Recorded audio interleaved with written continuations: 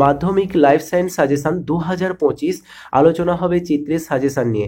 পরীক্ষার প্রশ্নপত্রে তোমরা দেখবে ঘ বিভাগে প্রথমেই দুটো চিত্র থাকে, যে কোনো একটা চিত্র তোমাদেরকে অঙ্কন করতে হবে, এর জন্য থাকবে 5 নাম্বার। তো এই ভিডিওতে তোমাদেরকে মাত্র 3টে চিত্র দেওয়া হবে সাজেশন হিসাবে, এবং এই 3টের মধ্য থেকে একটা মোস্ট ইম্পর্টেন্ট করে দেওয়া হবে। আশা করা যায় তোমরা অবশ্যই কমন পেয়ে যাবে। তো 1 নম্বর চিত্রটা দেখতে পাচ্ছ, প্রতিবর্ত পথের একটি পরিচ্ছন্ন চিত্র অঙ্কন করো এবং নিম্নলিখিত অংশগুলি চিহ্নিত করো।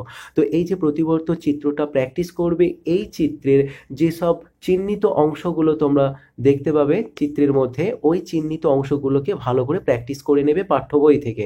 পরীক্ষার প্রশ্নপত্রে দেখবে তোমাদের যে চিত্র অঙ্কন করতে দেবে, ওই চিত্রের যে কোনো 4টে অংশ উল্লেখ করা থাকবে, অর্থাৎ প্রশ্নপত্রে যে 4টে অংশ উল্লেখ করা থাকবে ওই 4টে অংশই চিহ্নিত করতে হবে।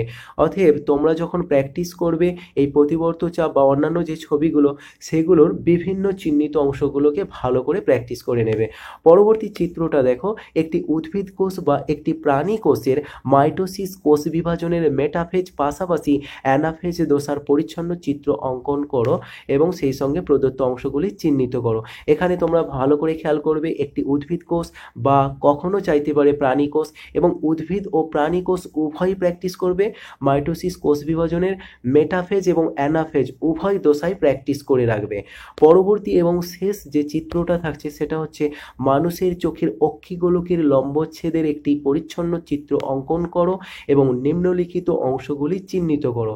এখানে কোনো নিম্নলিখিত অংশ উল্লেখ করা হয় না, কারণ পরীক্ষাতে তোমাদের যে চিহ্নিত অংশগুলো উল্লেখ থাকবে, 4টে দেওয়া থাকবে, ওই 4টেই চিহ্নিত করতে হবে। অতএব তোমরা যে সব চিত্রগুলো এখানে উল্লেখ করা হয়েছে প্রত্যেকটা চিত্র অঙ্কন করে প্রত্যেকটা চিহ্নিত অংশ খুব ভালো করে প্র্যাকটিস করে নেবে।